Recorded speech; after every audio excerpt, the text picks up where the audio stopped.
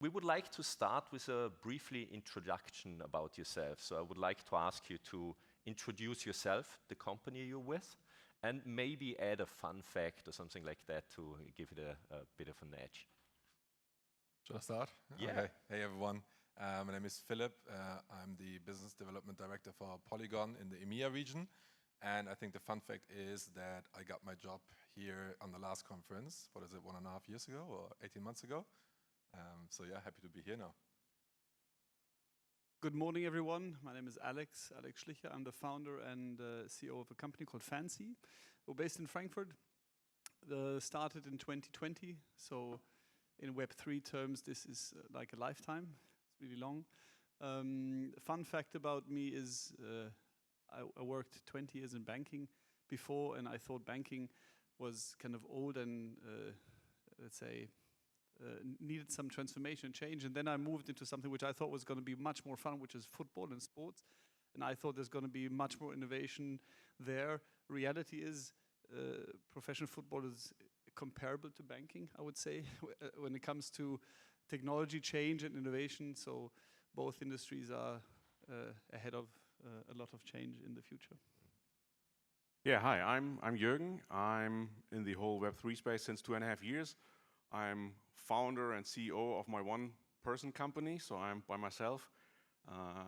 In previous days, I had a lot of fun around, brands and building companies. Have been with Accenture till 2.5 years ago, and I thought, okay, there's something else.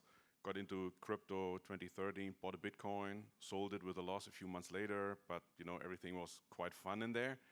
And I liked it, but it was boring. But I realized 2.5 years ago, it's basically everything is the same, except that you can't touch a product. It's about storytelling, it's about brand building, it's about building a community. So I'm helping a lot when it comes to fashion and streetwear and lifestyle, because that's where I have my history. I do a lot with Highsnobiety, so some might know that. But maybe that's even a fun fact, and that's by accident. 18 months ago, I got into the whole sports field because Mario Götze, the football player, reached out to me. And since then, I think we have written thousands of messages on Slack about Web3, what does it mean? What does it mean for an athlete? What does it mean for clubs, for leagues, etc.? So that's pretty interesting. And yeah, thanks for having me last minute. 90 minutes ago, I was still sitting relaxed in a cafe, but it was not too far away, so thanks. Yeah, great having all of you. And to start off, I would like to make that topic a little bit more tangible. So could you maybe give us one example of an athlete or a sports organization that is leading the way in fan engagement or loyalty, so that the people get a feeling what we're actually talking about? Who wants to start? I can start, because we had one recently yesterday, actually. So we're working together with FC Barcelona. And they already dropped an NFT piece, which was called The Masterpiece, I think roughly 1.5 years ago with Dirk van Cruyff, and that sold, I think, for roughly 1 million. And yesterday they dropped it, one of the women player, Alexia Putellas, and it sold for, I think, 160 ETH. So what is that? Roughly 300,000 euros, right? And with that came also a physical chair of the Camp Nou stadium that is now being rebuilt, a pair of her shoes that she wore in the Champions League final, and I think a meet and greet. So I think that's something very tangible. But before I hand over, I just want to say I think the most interesting piece that we should touch later is the direct-to-consumer channel that Web3 technology opens up. But hand over. Yeah, I mean, the way I see it is, I think we have to look at different regions, because every country has different appetite for change and different perception of, let's say, regulatory safety. Germany has been actually quite passive. If you think back of where it all started, there was a token company, because I think we had a fan token discussion just now, and there's a global leader in fan token, they're called Socios, and they were super successful with a broad adoption across most large clubs with 100 millions of buyers. Of course, they plummeted as well in the past 6 to 12 months because of the overall climate in crypto and Web3. But a lot of foreign clubs were, especially the Champions League clubs, were very active because they use it as a source of funding and fan engagement. quite frankly, in Germany, I see it still developing. Most clubs, on one hand, want the money, but they don't want to give the fan data away. They don't want to give the ownership away. They're quite afraid to change. There's a lack of appetite in tech investment because you need some tech investment, especially if you don't want to give the data away. So it's a bit more tricky, but there is a lot of stuff happening behind the scenes. And I think at the moment we are in the stage where clubs realize they cannot charge a lot of money just to give away the license, because that was the way the game was played. You, as a club, you ask for anything between 100K and 5 million or 10 million, depending how successful you are. And then you get a tech provider creating a product for you. And this is changing. They understand they have to collaborate more. They have to activate their internal resources more. They have to talk more to their fans and explain what the product is about, which I think is the right way.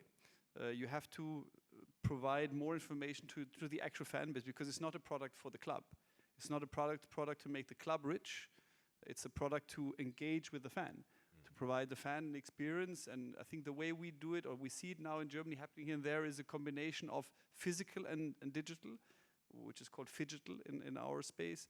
So clubs try to offer a token that comes with a physical asset, or even the other way around.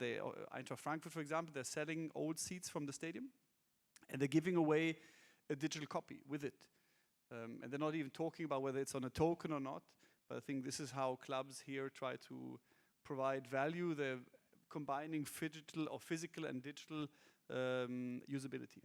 And I think this is actually the way to engage with the real fan, because the real fan, most of them, they don't even know what a wallet is. And that has to change. Okay, so let me be the mean guy here on stage. So we're all really good friends and we know each other, but I think there's no good case at the moment. None. Because even when you look at NBA Top Shots, and my son is 17, he's deep in NBA. I gave him an account of NBA Top Shots 2.5 years ago with my credit card. And the first 12 months, he was really deep into it, but it saw zero adoption till today in his school. He's the only one doing it because I'm a crazy father giving him my credit card. And even him, he gets bored of it. What do you do with 1,000 moments? Yeah, you can trade some, but volume is down, prices go down. And besides the speculation, there was no reason to do it. Yeah, you own a lot of those things. And if the NBA with the coolest rappers and being so deep into the whole cultural lifestyle integrated is not even making it, how and who else shall be able to do it? So I think most of it is still thought too easy. It's like, oh, we have collectibles in a Panini book, let's do collectibles digital and kids will go crazy. But I think we're not still thinking from the end consumer, so why should they actually do it? What's interesting for them in this? It's more driven by, oh, we can all make money with it, but not from the other round perspective. So why should I actually pay $25 for it? Why? Well, that was exactly the way I would like this discussion to go, to see it from a critical perspective. And this would also be like my next question, and also feel free to interact with each other if you want to add something, because I was also wondering, and maybe like some people in the audience are wondering, loyalty programs or engagement programs, there's nothing new basically, it's just technology changed. But there have been super successful loyalty programs in Web 2 world, so why do we actually need Web 3? Maybe I can build on what Jürgen said, and actually we don't disagree, but I would say so far there wasn't anything really successful. But I think we need this early innovator work, right? And I think what changed now is that there was a lot of money grabs, and I would say, who can blame them, right? If someone comes around and offers me 50 million for a couple of pictures, I would take it, right? But now the conversations that we're having with big federations or clubs, they start to understand now that this is just another technology that they need to implement into their business model so that it makes sense for both themselves and the fan. And maybe touching on that, where does it make sense for the club? So an easy example is, let's say you speak to the biggest European clubs. They have some, let's say 350 million to 500 million fans. And if you ask them, how many do you have in your CRM? They say 2, right? And it's like, okay. So the direct connection to the fan would be something really interesting. And that's something that you can do with Web3. So an easy example is Manchester United did a free drop Fans didn't have to pay anything. Roughly 1 million fans minted, so that's a connection to 1 million fans now, right? And you can monetize that at a later stage, right?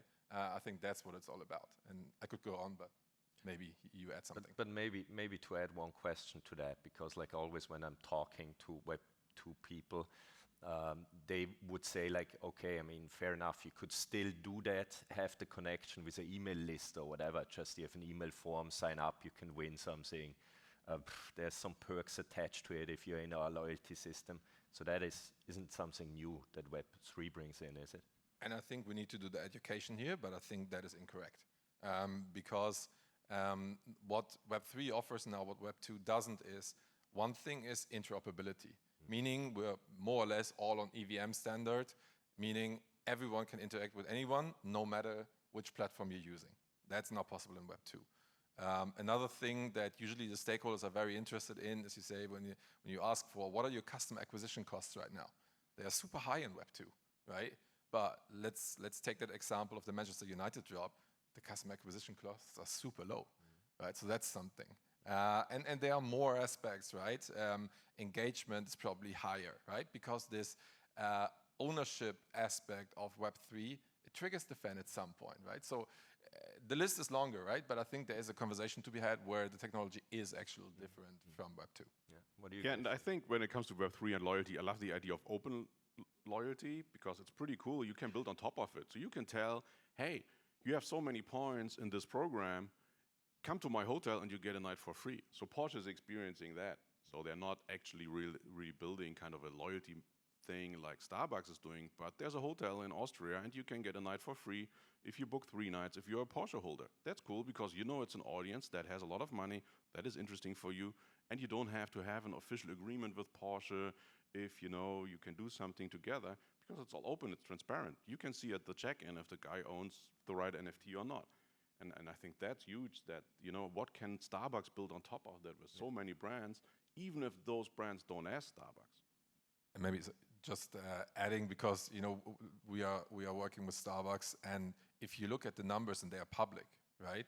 If you extrapolate them out, I mean, this could be a huge net new revenue, right? And I mean, some projections are if they have 32 million people in the legacy program, and they say, okay, if we can move over 3 to 4 million to that new platform, that can result in like tens of millions of net new revenue, which is basically in this space profit, right? I think we have a couple of things we need to distinguish. First is the sports industry, like how they are set up technology-wise. Do they have customer data? Do they have the technology to grab and understand and analyze the customer data? I would say no. And the other thing is, what are the merits of Web3? Everything you said is correct.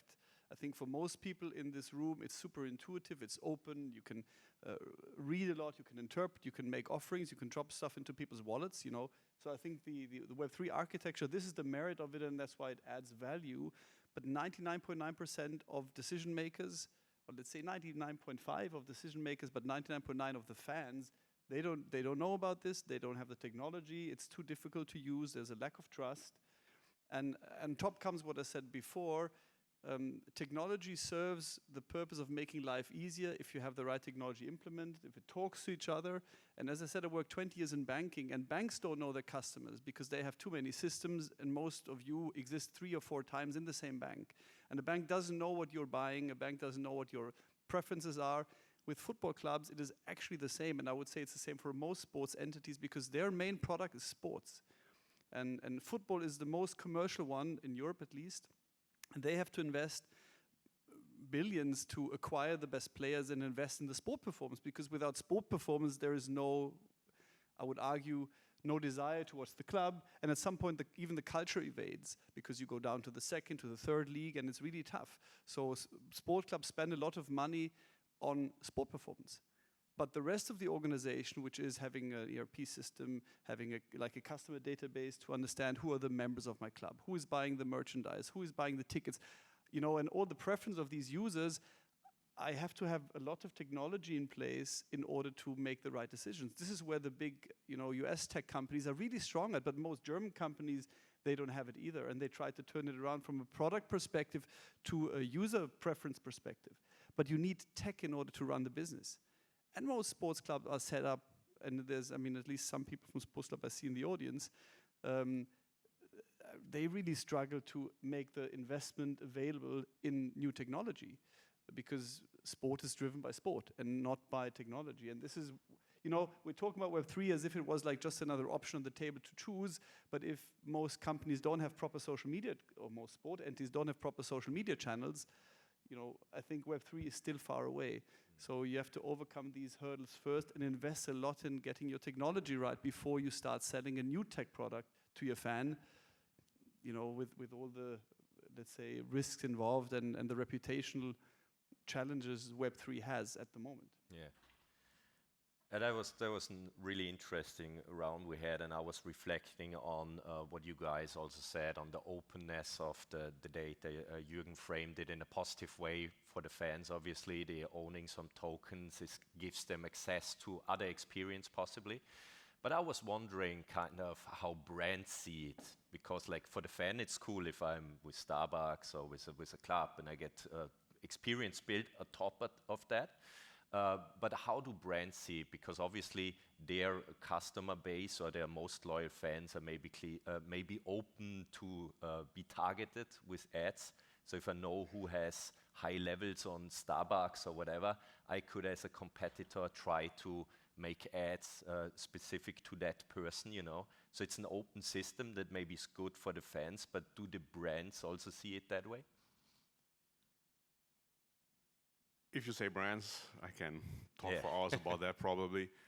You know, Philipp knows that case even better than I do when it comes to .swoosh. I think Nike is doing everything right at the moment because nobody realizes they're interacting with NFTs. Nobody cares about this technology in the background. They're not using it as a marketing tool. They're using it as a new business model. They're selling digital shoes. At least, you know, they sold around 100,000 for $25. That's number-wise for Nike not yet big, but it's a big success being able to do so. And looking at my son with 17, he realizes why he should buy them. So he buys them, he gets something that is maybe a little rarer than other shoes because he's used to that. Travis Scott Nikes are rarer than, you know, the ones that you can buy at TK Maxx. And then they pull out of their head Fortnite. And they have this crazy map. I played it on the weekend. I took forever. He took just 50 minutes to play it. And it's marketing at the same time. So it's a business model plus marketing because kids spend 25 minutes in a Nike world, or like my son, just 50 minutes. They collect certain things. They get something in return. And I'm sure Nike will integrate that into their sneakers app. And they will get rid of the whole bot problem that everything is botted, every sneaker drop is botted because he played in the game, he bought these shoes early, etc. So his chances getting a rare physical piece will be much higher. So, and I think this is pure genius when it comes building a new business model and building marketing on top of it. I think there's nothing better at the moment than looking at this case. But I think brands are the ones that drive that change into the masses because they have huge audiences that are actually waiting for new products. They're waiting for new innovation, and I think Nike, as you said, does everything right, but Nike's will be, the brands will be the companies who probably will agree on some standard at some point and make the technology become even more in the background. I think Poly, by the way, is doing great work with corporates because technology is just something that happens, you know, somewhere behind the curtain, so the users will not see it. For the user, it is about the experience, being able to maybe seamlessly wear the shoe in different metaverses and, you know, and don't even think about it, or be able to sell it easily. And if you lose your password, you can just say recover password and don't have to remember a seed phrase. And so I think technology has to become irrelevant, but this is what brands spend a lot of money, to use technology to create new business models and new revenue streams, and also to think about where will customers be in the future, because they will be coming from gaming. They will be very close to digital spaces.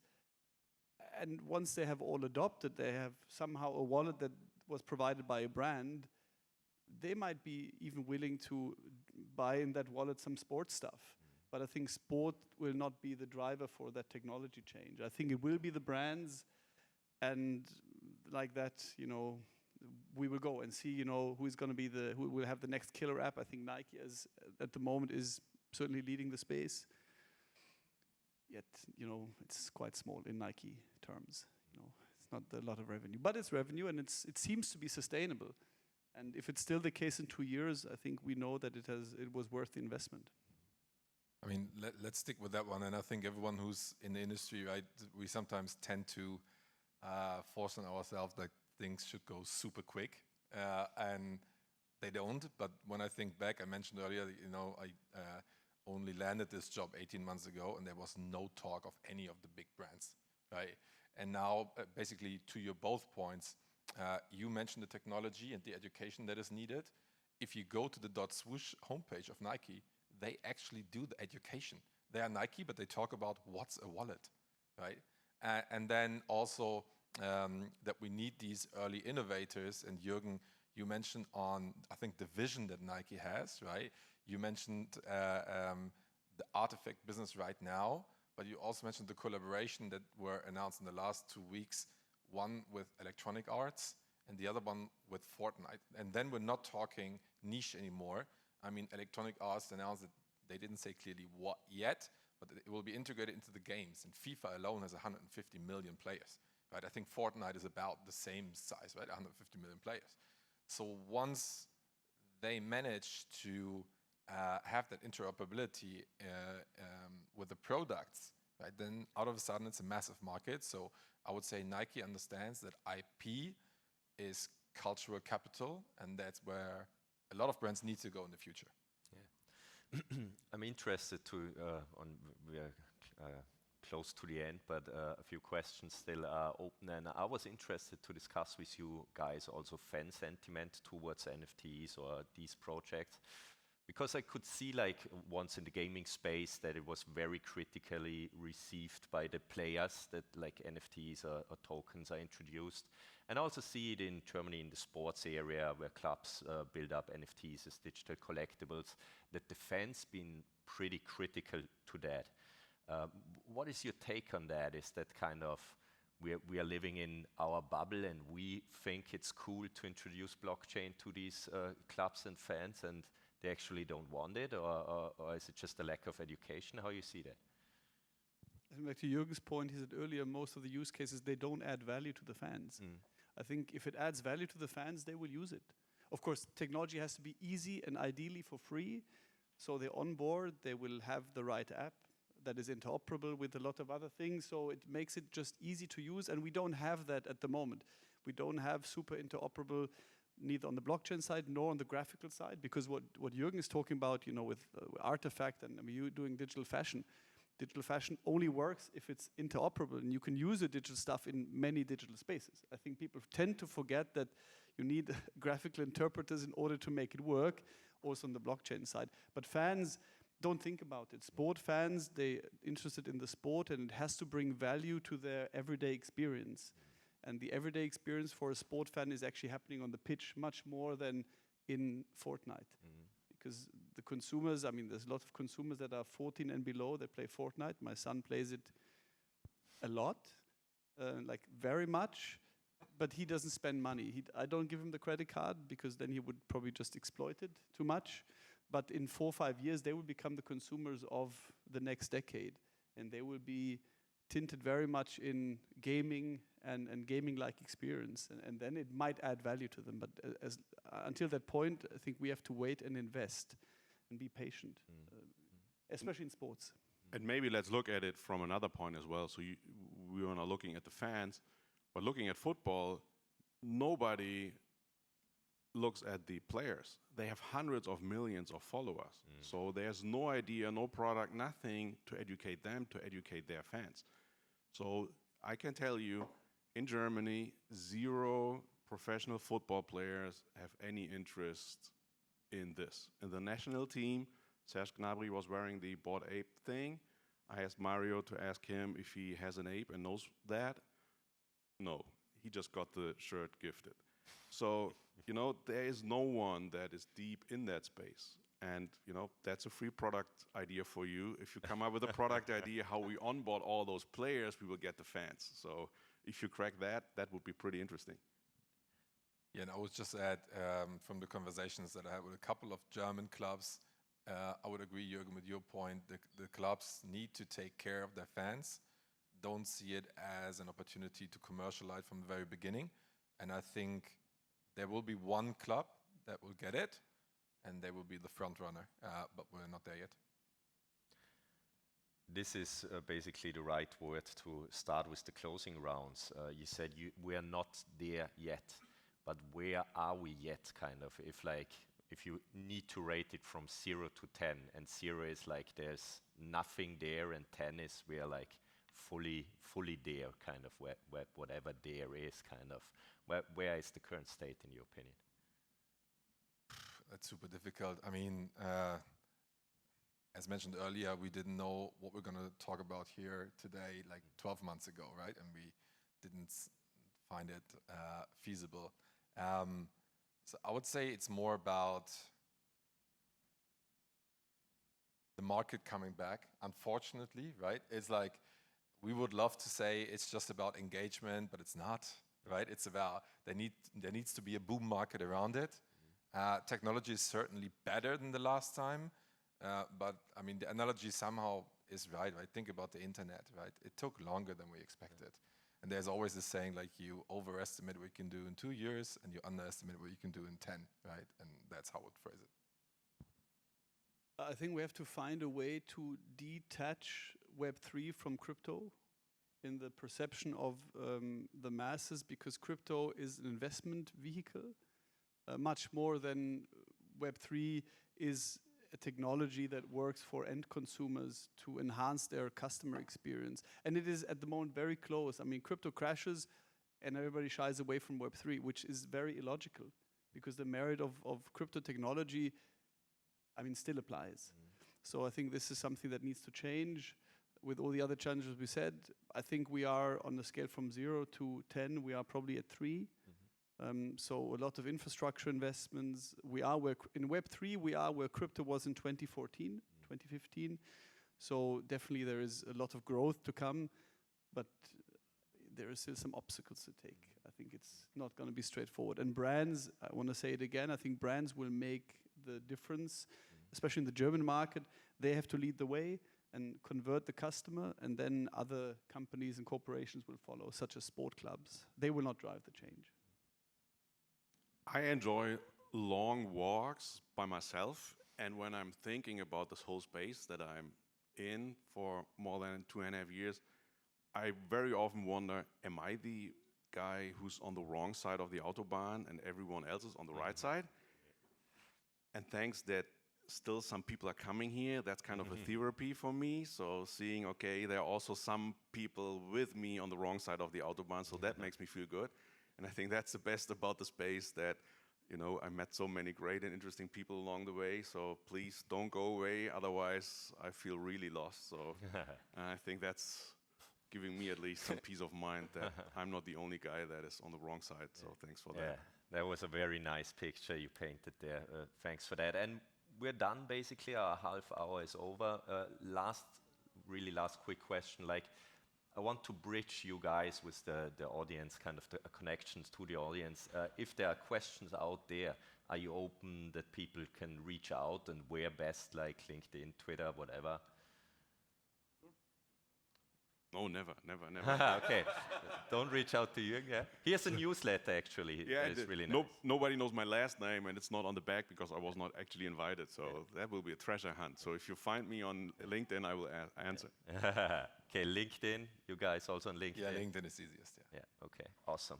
Well, it was great having you here. I hope you guys also enjoyed talking and listening to us. And that was our half hour. Thank you very much, Jürgen. Also, special thanks and all the best to Dirk, and hopefully his family emergency resolved there.